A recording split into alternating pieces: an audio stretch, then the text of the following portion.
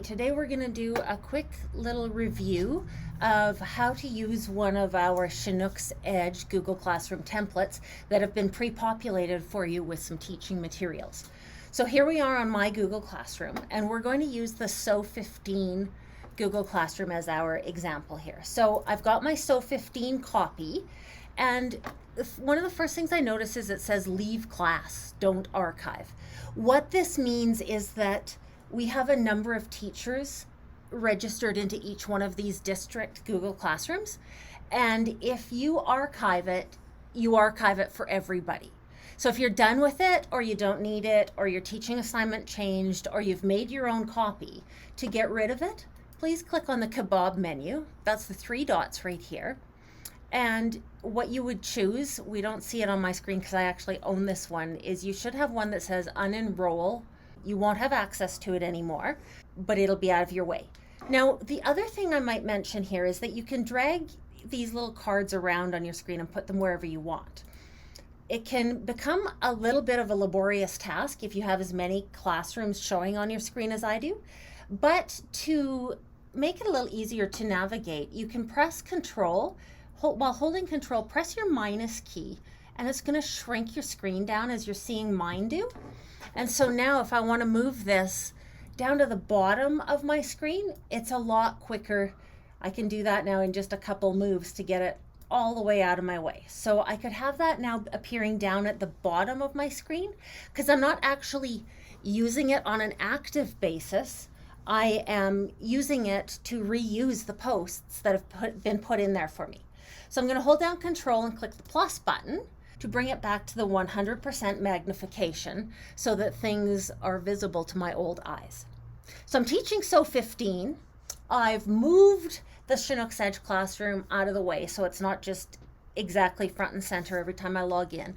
And so I'm going to start my own SO15 Google Classroom.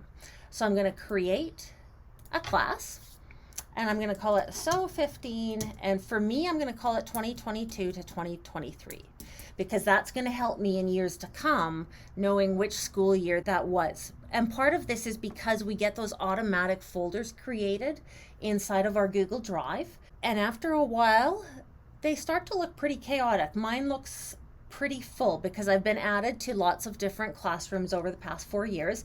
And so that file in my Google Drive is pretty intimidating at the moment. So I'm going to lock myself down a little bit better with my file naming conventions.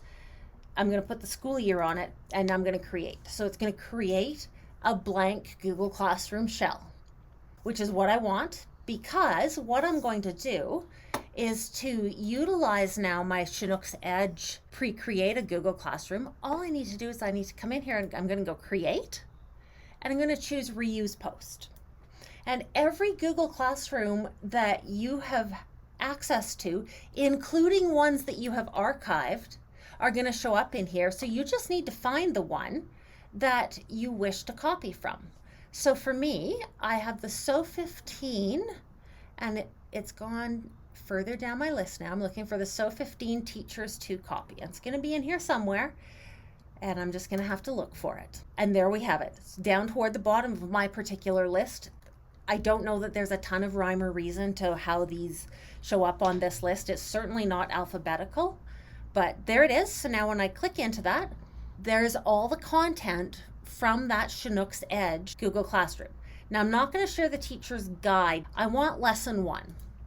So I'm going to click on that. I'm going to click reuse, and that's going to open up a screen just like I always get when I'm adding something into my own Google Classroom. So I've got the same kinds of choices that I would normally have.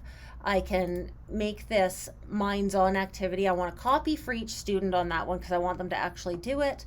This one, I'm also going to make that have a copy for each student, and then there's the link to my blueprint, which they're going to need. I can read through what the instructions are for students, and I can change the points if I want to change that. It's going to go into the topic self-awareness, so it's going to create that topic for me. If I wanted, I can add in a rubric here on this, but I'm just going to go assign. Now, if I had more than one SO15 class, we'll just imagine that those are all SO15 classes, I can reuse the post to a number of different classes all at once. So I'm going to assign that, And then we're going to see my Google Classroom is going to have a topic in it now called self-awareness, and it's going to have lesson 1 ready to go for my students. Okay, it looks like it did not give me a topic, so let's just go and edit this. I'm going to create a topic. We'll call it self-awareness. Looks like we may have a change here from last year to this year in terms of bringing the topics over. It may actually be better if it doesn't bring the topics over, because different teachers manage their topics in their classrooms in different ways. So I may have to apply the topic, and I can utilize what was in the district classroom that I'm reusing posts from, or I can create my own topics. Just like we all have a different environment in our classrooms, our online classrooms all tend to be reflective of the way we teach and the way we run our own classrooms. So that's how we use the district Google Classrooms. That way, when we have 20 people enrolled into one of our district Google Classrooms, as is the case for most of them, we aren't impacting the classroom as it exists for others. And so if I just, for interest's sake, if I go into the teacher's copy here and I go into people, you'll see that I've got quite a number of teachers added into all of these classrooms. So we want to be careful when we're using the copy that we share with others, that we're really not making edits or changes into that classroom. We want to create our own Google Classroom and then reuse the posts into the classroom that we create, so that we control what we're doing with our own students, but we're not impacting anyone else's access to resources. If you have questions, don't hesitate to reach out to me, and we can certainly talk about any of the ins and outs of using our district Google Classrooms. Thanks so much, and we'll see you on the next video.